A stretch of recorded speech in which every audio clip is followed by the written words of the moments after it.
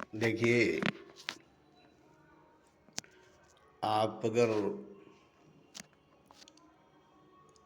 रात को गहरी नींद में सोए हैं, गहरी बेहोशी में सोए हैं,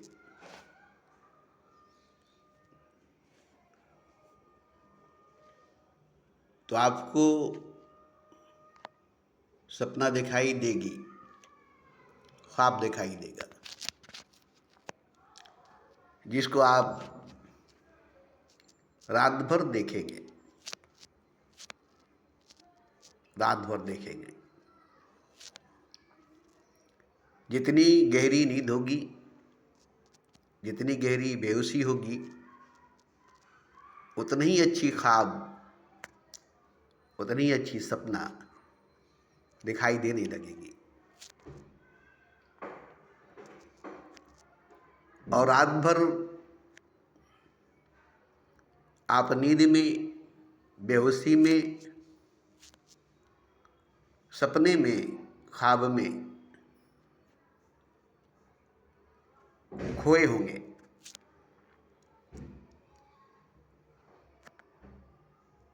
और जब सुबह नींद टूटेगी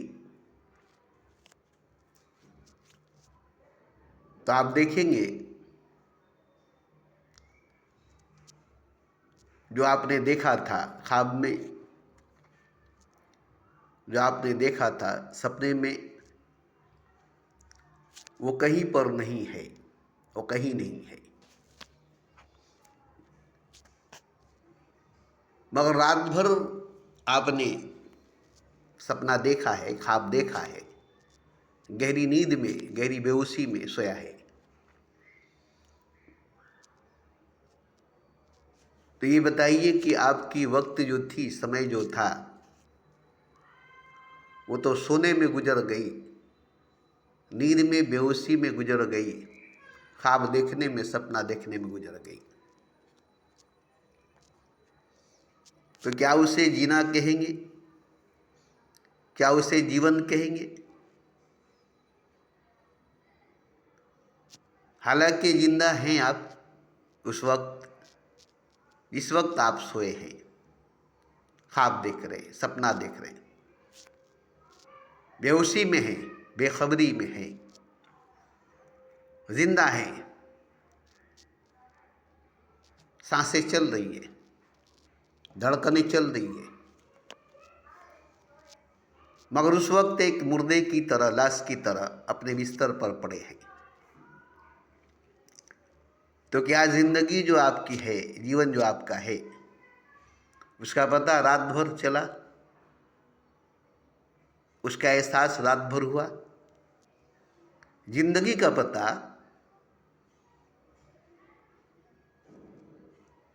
आपको हुआ? जीने का पता आपको हुआ? जिंदगी का एहसास आपको हुआ?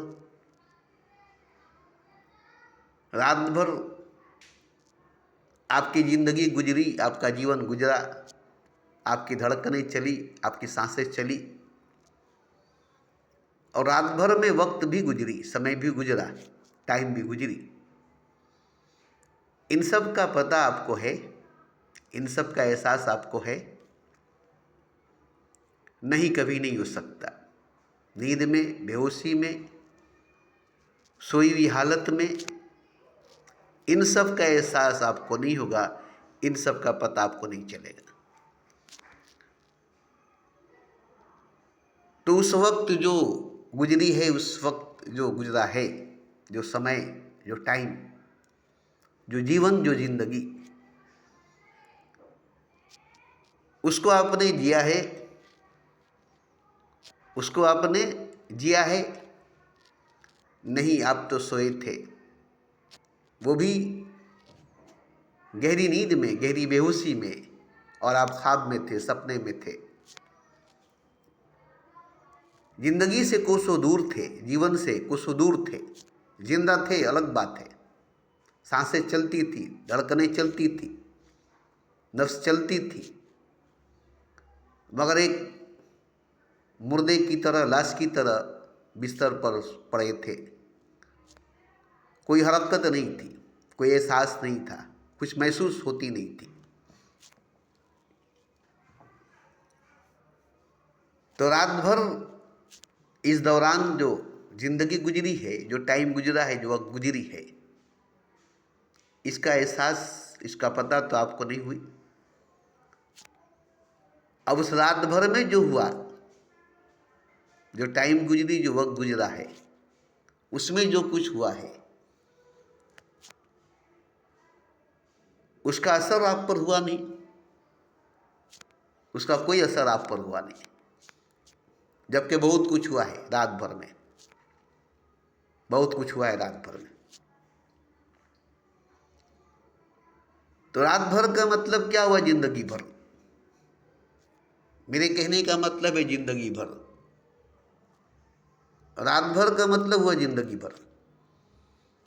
जैसे रात भर आप सपना देखे, ख्वाब देखे, गहरी नींद में, गहरी बेहोशी में सोए थे, अपने होने का पता, अपने होने का एहसास नहीं था, अपनी धड़कनों, अपनी सांसों का पता नहीं था। वक्त गुजर रही है, समय गुजर रहा है, जिंदगी गुजर रही है, और आपको इसका पता नहीं, आपको इसकी खबर नहीं। तो रात भर में जो वक्त गुजरी, समय गुजरा, जिंदगी गुजरी, जीवन गुजरा, क्या आपने उसे जिया? रात भर आप जिए? रात भर आप जिंदा थे, जी रहे थे? नहीं, आप तो सो रहे थे, गहरी नींद में, गहरी बेहोशी में, और ख्वाब देख रहे थे, सपना देख रहे थे।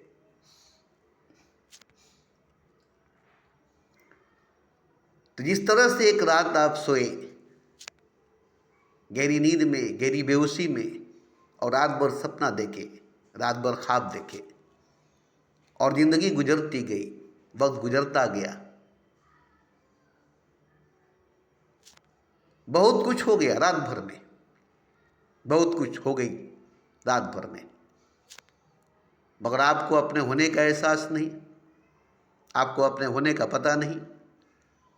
अपने ही जिस्म, अपने ही शरीर का, अपने ही सोने का, अपने ही बेहोशी का आपको पता नहीं है। आप कितने गहरी बेहोशी में, कितनी गहरी नींद में, और जिस बिस्तर पर सोए थे उस बिस्तर का भी पता नहीं आपको। उस वक्त, जिस वक्त आप सोए, आपके आसपास ढेर सारे खजीने हैं, ढेर सारे दौलत आपके आसपास है, खाने पीने के साजो सामान है, मगर आप गहरी नींद में, गहरी बेहोशी में ख्वाब देख रहे हैं, सपना देख रहे हैं कि हम जन्नत में हैं, हम स्वर्ग में हैं, हम जन्नत में हैं, हम स्वर्ग में। ये आप ख्वाब में, सपने में देख रहे हैं, नींद में, गहरी नींद में, गहरी बेहोशी में देख रहे हैं। तो रात भर का मतलब हुआ जिंदगी भर, पैदाइश से मौत तक, जन्म से मृत्यु तक, बस रात भर जैसे सपना देख रहे हैं, ख्वाब देख रहे हैं, गहरी बेहोशी में, गहरी नींद में, और रात भर वक्त गुजर गई, समय गुजर गया, जिंदगी गुजर गई, और आपको अपनी जिंदगी का पता नहीं, अपने वक्त का पता नहीं, अपने आप का पता नहीं, अपने आप की खबर नहीं, अपना एहसास नहीं। मैं हूँ, मैं हूँ, इसका पता आपको नहीं, अपने होने का खबर, अपने होने का पता आपको नहीं,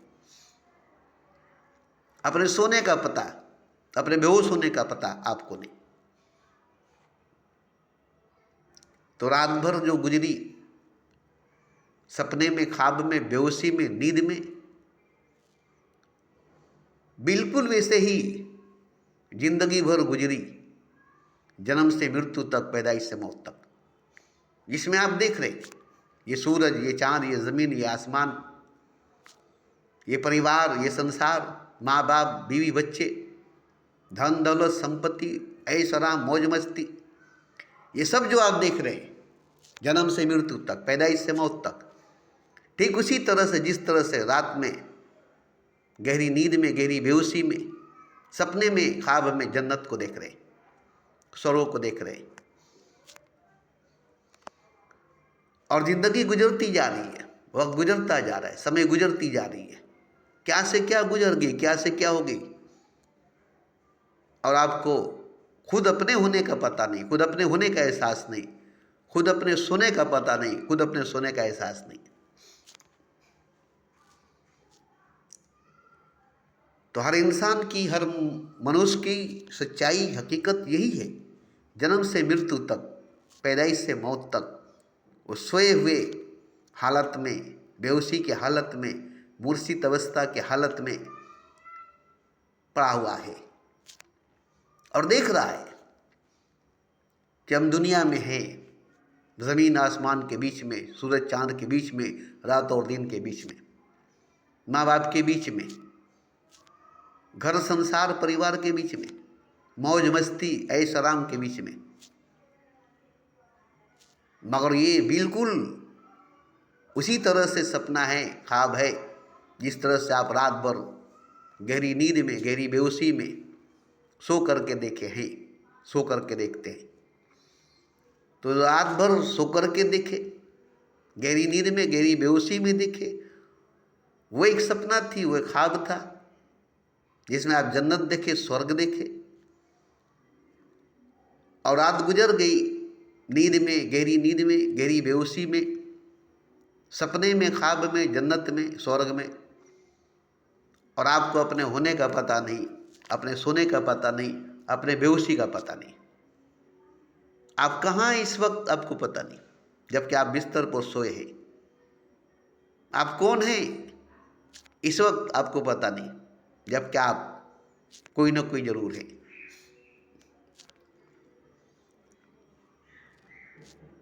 तो जिंदगी तो गुजर जाएगी, ऐसे ही नींद में, बेहोशी में, ख्वाब में, सपने में, और मौत आ जाएगी, मौत आ जाएगी। तो गहरे अंधेरे में चले जाएंगे, क्योंकि अभी भी आप अंधेरे में हैं। नींद में गहरी अंधेरा है, बेहोशी में गहरा अंधेरा है, इसीलिए ख्वाब, सपना आपको दिखाई दे रही है। आपकी आंखें बंद है, आप बिस्तर पर सोए हैं, आपका अपने होने का एहसास नहीं, आपको अपने होने का पता नहीं, और जिंदगी गुजर रही है, जीवन गुजर रही है, जो कि सबसे बड़ी खजाना है, सबसे बड़ा दौलत है जो आपको मिली है एक बार। मनुष्य जीवन, इंसानी जिंदगी जो एक बार मिली है, दोबारा नहीं मिलेगी। एक ही बार मिली है, दोबारा नहीं मिलेगी। अब इतनी बड़ी अनमोल खजाना, इतनी बड़ी अनमोल राम रतन धन से बड़ी धन आपको मिला है, जीवन। इसके अंदर जो खजाने हैं, इसके अंदर जो खजीने हैं, वो है आपकी सांसें, आपकी धड़कनें। एक एक सांस पूरी कायनात के बराबर अगर कोई नूर हीरा है, और वो एक सांस के बराबरी करता है, इतनी बड़ी कोहिनूर हीरा आपकी एक सांस है, एक धड़कन है। अब इस तरह से कितने कोहिनूर हीरे आपको मिले, एक एक श्वास, एक एक धड़कन जो चल रही है, जो गुजर रही है, जो जा रही है, एक एक सेकंड, एक एक लम्हा, एक एक घड़ी, एक एक घड़ी आधी घड़ी, आधी में बुनियाद, तुलसी साधु संगत कटे कोट अपराध। आप अपने समय को, अपने वक्त को क्या समझते? वक्त अनमोल है, इसकी कदर करो। वक्त अनमोल है, इसकी कदर करो। वक्त का धनी वक्त नहीं, समय का धनवान खुद समय नहीं। समय के पास समय देने का समय नहीं है, वक्त के पास वक्त देने का वक्त नहीं है। बड़ी नसीब से, बड़ी किस्मत से आपको ये वक्त मिली, ये समय मिला, ये सांस मिली, ये धड़कन मिली,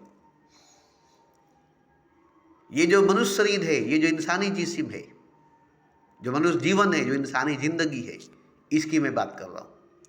ऐसे तो 18,000 मखलूक़ात जीते हैं, सांसें लेते हैं, धड़कनें उनकी भी चलती है, जीवन उनकी भी गुजरती है, उनके भी परिवार होते हैं, उनके भी बच्चे होते हैं, मगर उन्हें पता नहीं कि जिंदगी क्या है, जीवन क्या है। क्योंकि आपसे भी ज़्यादा गहरी बेहोशी में वो लोग हैं, आपसे भी ज़्यादा गहरी नींद में वो लोग हैं। वो लोग तो आपसे भी ज़्यादा गहरी नींद में, गहरी बेहोशी में है।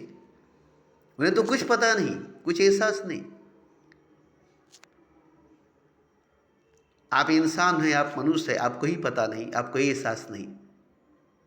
इंसान होकर, मनुष्य होकर आपको अपने होने का पता नहीं, आपको अपने होने का एहसास नहीं, अपने समय, अपने वक्त की कोई पता नहीं, कोई खबर नहीं।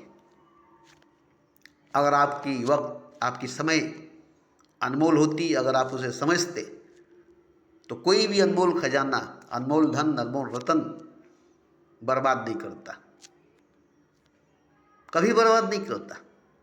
क्योंकि उसी से आपको खुदा मिलेगा, वही आपको खुदा से मिलाएगा। यही धन जो आपको मिली है जीवन, यही दौलत जो आपको मिली है जिंदगी, यही खजाना जो मिली है आपको सांसें, बस इसी के बदले खुदा मिलेगा, इसी के बदले खुदा मिलेगा। अब ये जीवन, ये जिंदगी, ये सांसें, ये धड़कनें, इससे भी बढ़कर अजीम खुदा है, इससे भी बढ़कर हसीन खुदा है, इससे भी बढ़कर अनमोल खुदा है। आपको इसी का पता नहीं, इसी का एहसास नहीं, इसी की कदर नहीं। आपको खुदा कैसे मिलेगा? आपको खुदा कैसे मिलेगा? जब वक्त की कदर करेंगे, समय की कदर करेंगे, टाइम की कदर करेंगे, तो खुदा आपको मिलेगा जरूर। क्योंकि वो जानता है इसने समय की, वक्त की कदर की है, समय को, वक्त को समझा है। मुझे भी समझेगा, मुझे भी जानेगा, इसलिए कि होश में है, बेहोश नहीं है, जागा हुआ है, सोया हुआ नहीं है, हकीकत देख रहा है, सपना नहीं, सच देख रहा है, ख्वाब नहीं। कोई भी आपसे मिलने आएगा, आप अगर जागे हैं तो आपसे मिल कर जाएगा, अगर आप सोए हैं तो आप लौट कर चला जाएगा। आपकी गहरी नींद, गहरी बेहोशी, गहरी ख्वाब, गहरा सपना आपको इस तरह से जकड़ कर रखेगा, इस तरह से बांध कर रखेगा कि आप उसमें से निकल नहीं सकेंगे, लौट नहीं सकेंगे, और जो आपसे मिलने आएगा वो लौट कर चला जाएगा। ऐसे ही खुदा हर इंसान से मिलने आता है और लौट कर चला जाता है। वो देखता है कि ये बेहोश है, बेखबर है, ख्वाब देख रहा है, सपना देख रहा है, गहरी नींद में है, इसे खुद अपने होने का एहसास नहीं, इसे खुद अपने होने का पता नहीं। ये लाश की तरह पड़ा हुआ है, ये शव की तरह पड़ा हुआ है। तो वो लौट कर चला जाएगा और चला जाता है, चला जाता है। आपसे मिलने के लिए आता है और लौट कर चला जाता है। आपसे मिलने के लिए आता है वो और लौट कर चला जाता है। आपकी नींद नहीं टूटती, ख्वाब नहीं टूटता, बेहोशी नहीं टूटती, सपना नहीं टूटता।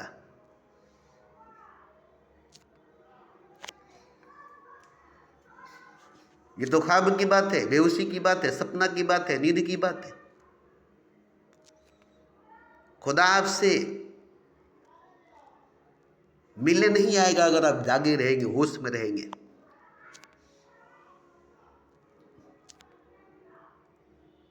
ख्वाब में नहीं रहेंगे, सपने में नहीं रहेंगे, सोए नहीं रहेंगे, बिस्तर पर नहीं रहेंगे,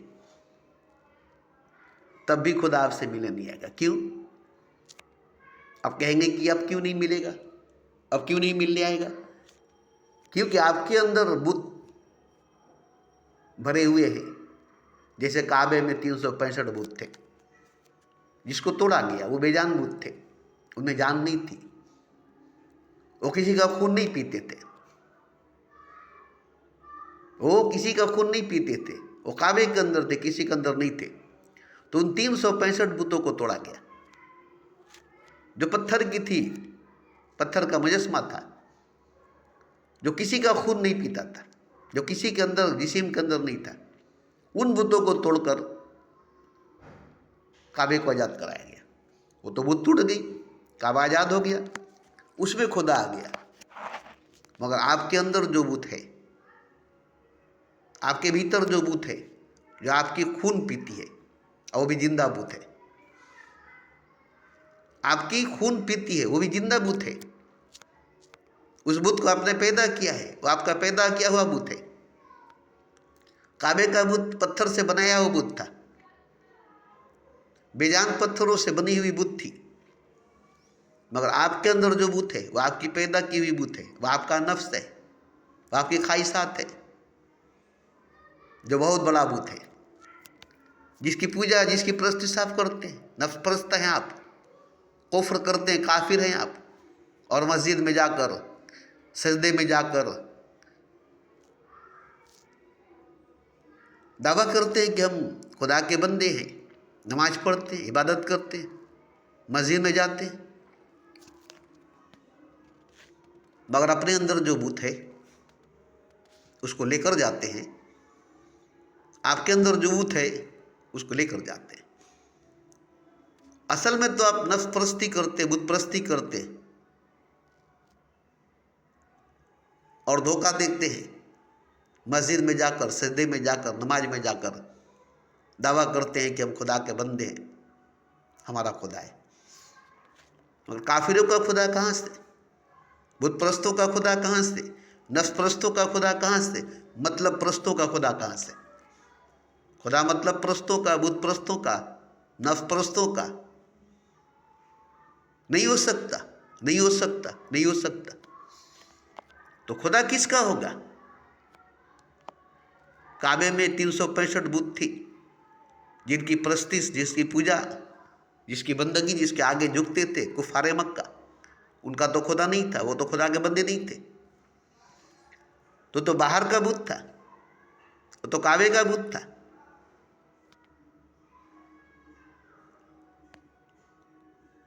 आपके अंदर का जो बुत है, आपके भीतर का जो बुत है, जिसने पूरे अंदर कब्जा कर रखा है, कहीं भी कोई जगह नहीं छोड़ा है खुदा के लिए। आप अपने भीतर के बुत तोड़ेंगे कब? अपने भीतर के बुतों को तोड़ेंगे कब? जैसे इनकलाब आई काबे में, बुतों के खिलाफ इस्लाम आया, काबे में क्रांति आई, मोहम्मद ने इस्लाम लाया बुत परस्तों के खिलाफ, बुतों के खिलाफ, और काबे को आज़ाद कराया बुतों से। तो इस्लाम तो बाहर रहेगी, आपके अंदर इस्लाम तब तक नहीं आएगी जब तक आपके अंदर की बुत नहीं टूटेगी। और वो बुत जो काबे में थी, वो बेजान पत्थरों की थी, मुजस्मा थी, उससे खुदा को कोई नुकसान नहीं था, वो खुदा को कोई नुकसान कर नहीं सकते थे। बस वो काफिरों का वक्त बर्बाद करते थे, वो गुमराह नहीं करते थे, वो बोलते नहीं थे, उनका कोई फंक्शन नहीं था, या खुद गुमराह थे, या खुद उनके आगे झुकते थे। मगर आपके अंदर जो बूथ है, ये जिंदा बूथ है, ये आपको गुमराह करता है, ये आपको खुदा के रास्ते पर जाने नहीं देता है। सबसे बड़ा बूथ है। गरजदहा मारा तो क्या मारा, गर न मारा नफ्स से हम मारा। आपका नफ्स, आपका ख्वाहिशात, ये बहुत बड़ा बूथ है। और इस बूथ को तोड़े बिना आपका दिल कभी काबा नहीं बनेगा, आपका दिल कभी मदीना नहीं बनेगा, आपका दिल बुत खाना रहेगा, आपका दिल खाना काबा नहीं होगा। तो इसी अंदर के बुत को तोड़ने की बात है। और यही अंदर की बुत आपको गहरी नींद में, गहरी बेहोशी में ले जाता है और आपको ख्वाब दिखाता है, सपना दिखाता है, दुनिया दिखाता है, जन्नत दिखाता है, खुदा की दीदार करने नहीं देता, खुदा से मेराज करने नहीं देता, खुदा के रास्ते पर चलने नहीं देता। और आप इसे अपना खून पिलाकर अपने भीतर पालते, आस्तीन का सांप जो आपका खून पीता है, आप अपने खून पिलाकर इसे पालते हैं। जो आपका नफ्स है, जो आपका नफ्स अम्मारा है,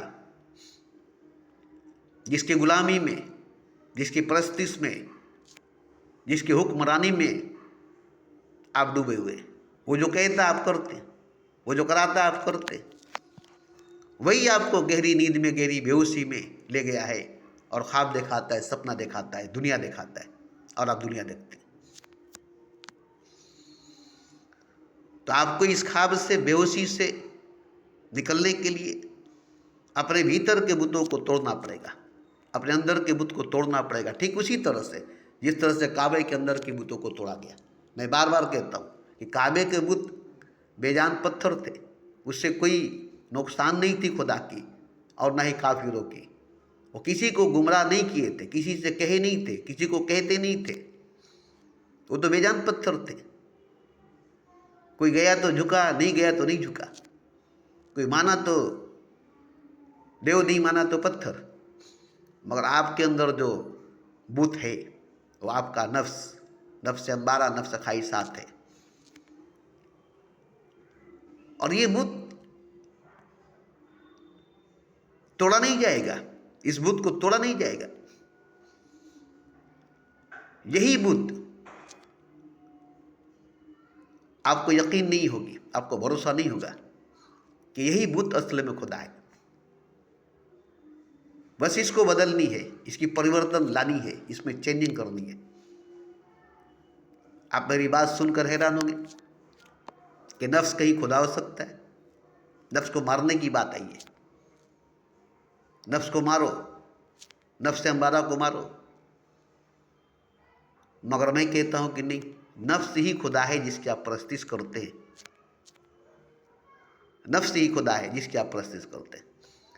अब रही बात कि इसे बदलनी होगी, इसमें परिवर्तन लानी पड़ेगी, इसमें चेंजिंग लाना पड़ेगा। इसे बुत से खुदा करना पड़ेगा। काबे का बुत कभी खुदा नहीं हो सका और ना ही कभी हो सकेगा, क्योंकि पत्थर का बुत था, वो बेजान पत्थर का बुत था। लेकिन आपके अंदर जो नफ्स है, जो नफ्स को जाना वो खुदा को जाना, जो नफ्स को पहचाना वो खुदा को पहचाना। आखिर क्यों कहा गया? नफ्स का असली रूप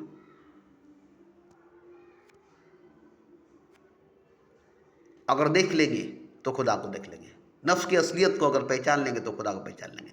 जैसे मैं बताता हूँ, कोयला है काला, उसका असली रूप तो नहीं है। एक बच्चा भी उसे पकड़ सकता है, अपने हथेली में ले सकता है। मगर जब असली रूप में आएगा तो लाल अंगारा बन जाएगा, फिर वो लोहे को पिघला देगा, फिर वो लोहे को पानी की तरह गला देगा। तो कोयला भी आग बना, अंगारा बना। तो कोयला असली रूप में आया, आग बन गया, अंगारा बन गया, जो लोहे को गला दिया, लोहे को पिघला दिया। मगर अभी भी असली रूप में नहीं है, क्योंकि कोयला का असली रूप हीरा है। कोयला जब असली रूप में आएगा तो हीरा बन जाएगा। कोयला का असली रूप हीरा है। कोयला जब असली रूप में आएगा तो हीरा बन जाएगा। अंगार नहीं रहेगा, आग नहीं रहेगा, हीरा बन जाएगा। तब बताइए कि जो कोयला आपके पास है वो अगर हीरा बन जाए तो कितना कीमत की होगी। ऐसे ही नफ्स की असली रूप जो है वो खुदा है, असली हकीकत जो है वो खुदा है। काम ही राम है, काम ही राम है, सेक्स ही गॉड है, नफ्स ही खुदा है। अब ये बात आपको बहुत बुरी लगेगी, सबको बुरा लगेगा।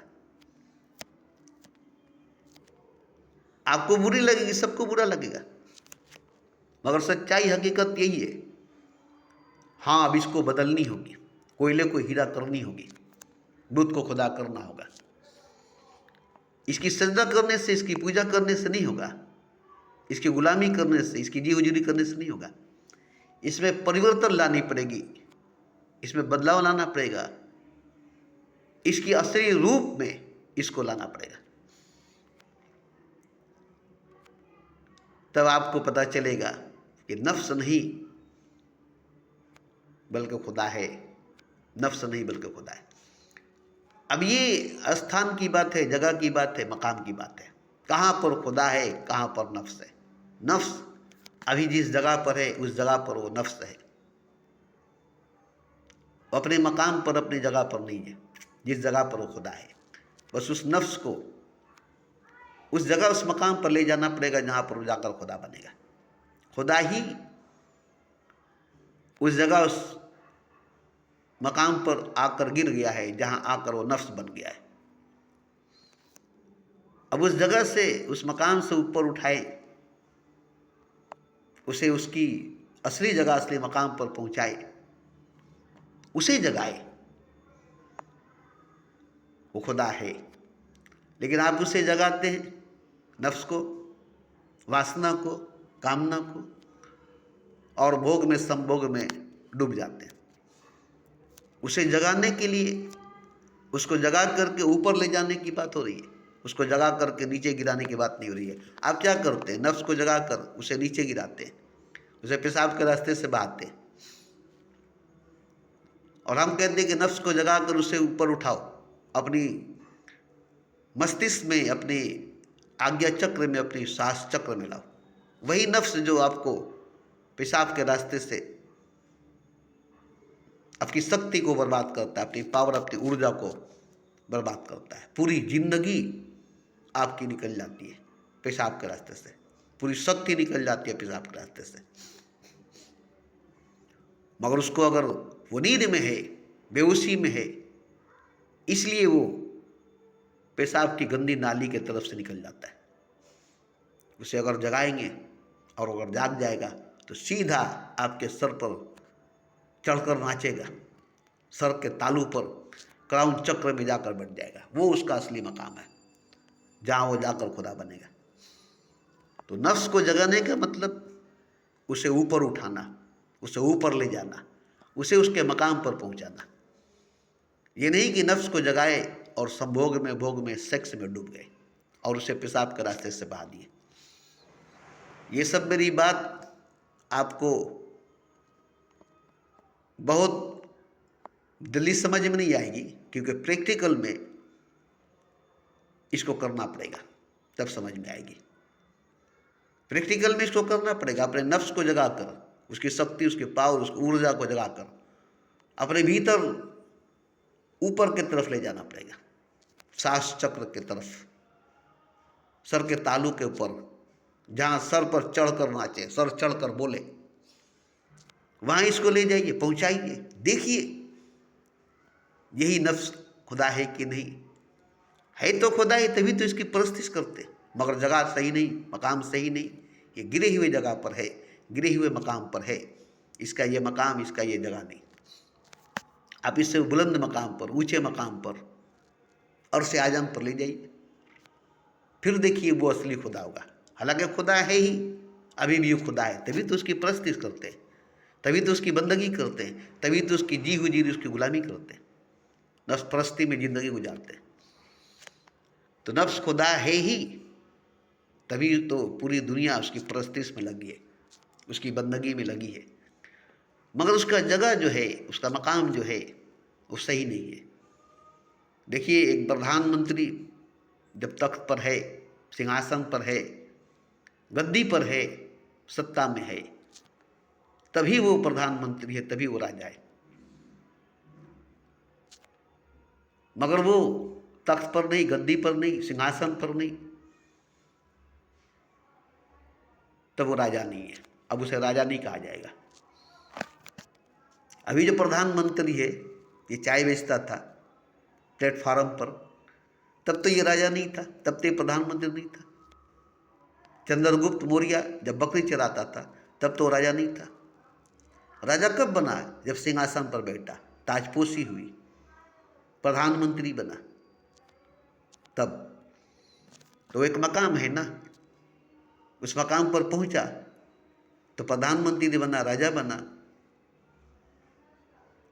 और उस प्रधानमंत्री को, उस राजा को, उस गद्दी से, उस सिंहासन से, उस कुर्सी से उतार दिया जाए, तो फिर वो राजा नहीं रहेगा, प्रधानमंत्री नहीं रहेगा, फिर वो आम इंसान बन जाएगा। ठीक इसी तरह से नफ्स जिस जगह जिस मकाम पर है वो खुदा ही है, बस वो जगह वो मकाम खुदा का नहीं है। खुदा का जो जगह है, खुदा का जो मकाम है आपके सर के तालू पर, सास चक्र में। तो अपने नफ्स को जगा कर उसकी शक्ति, उसके पावर, उसकी ऊर्जा को ऊपर उठाना, ऊपर ले जाना, और उसके चोट से अपने अंदर सोए हुए सभी चक्रों को जगाना, अपने अंदर सोए हुए सभी चक्रों को जगाना, हर चक्र को चोट करके जगाना, हर चक्र को चोट करके जगाना, हर चक्र को चोट करके जगाना। इस तरह से सातों चक्र जागेंगे, और सातों चक्र मिलकर, अभी तो नफ्स मूलाधार चक्र एक ही है, बाकी सारी चक्र सोई है, सारे पॉइंट, सारे लताइफ सोए हैं, मगर यही जैसे जैसे ऊपर उठेगा, बढ़ते जाएगा, 1 से 2, 2 से 3, 3 से 4, 4 से 5, 5 से 6, 6 से 7 हो जाएगा। और सातों चक्र की शक्ति आपके सर के तालू पर आ जाएगी। उस वक्त जो आपको मजा मिलेगा, नशा मिलेगा, ताकत मिलेगी, ऊर्जा मिलेगा, पावर मिलेगा, अलहिल्लाज कहेंगे, आप खुद ही कहेंगे अहम ब्रह्मास्मि। वहाँ पर जाकर भले ही आपकी कोई गर्दन काट दे, आपको बोटी बोटी मार दे, कोई फर्क नहीं पड़ेगा, क्योंकि आप उस स्थान पर है जिस स्थान पर भगवान है, खुदा है, और आप भगवान है, खुदा है। और वहाँ शरीर नहीं, वहाँ जिस्म नहीं, जिस्म को बोटी बोटी काट दिया जाए, शरीर को बोटी बोटी काट दिया जाए, मगर आप तो शरीर में है ही नहीं, जिस्म में है ही नहीं, शरीर से ऊपर, जिस्म से ऊपर, बॉडी से ऊपर है।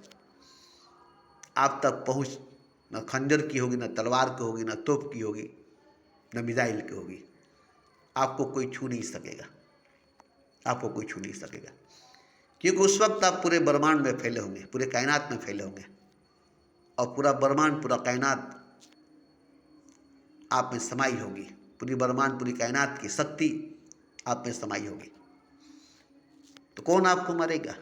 कौन मिसाइल, कौन बंदूक, कौन तलवार, कौन खंजर आपको मारेगा? इसलिए मंसूर को मारा नहीं गया, हालांकि उसे मारा गया, मगर मंसूर आज भी जिंदा है, नलक आज भी जिंदा है, शम्स तबरेज आज भी जिंदा है। क्यों? कि उस मकाम पर पहुंचा, उस बुलंदी पर, उस ऊंचाई पर पहुंचा जहां पर इन आलिमों की, इनकी फतवा की, इनकी शरीयत की पहुंच नहीं थी, क्योंकि शरीयत जो थी वो बड़ी नीचे जगह पर होती है, और मार्फत जो है वो बड़ी ऊंची जगह पर होती है। शरीयत और मार्फत के बीच में 16 तबक है, शरीयत और मार्फत के बीच में 16 तबक है। जो मार्फत में चला गया वर्ष आजम पर जाकर बैठा है, और जो शरीयत में ज़मीन पर, फर्श पर रेंगता है। ये जो आलम थे जो फतवा लगाए थे, ये ज़मीन पर रेंगने वाले कीड़े थे, और आसमान पर बैठने वाला खुदा था जो मंसूर था, अनलग था, शम्स तबरेज था। ये लगा कि हम मंसूर को मार दिए, शम्स तबरेज को मार दिया, अनलग को मार दिए, मगर इन्होंने जिनको मारा,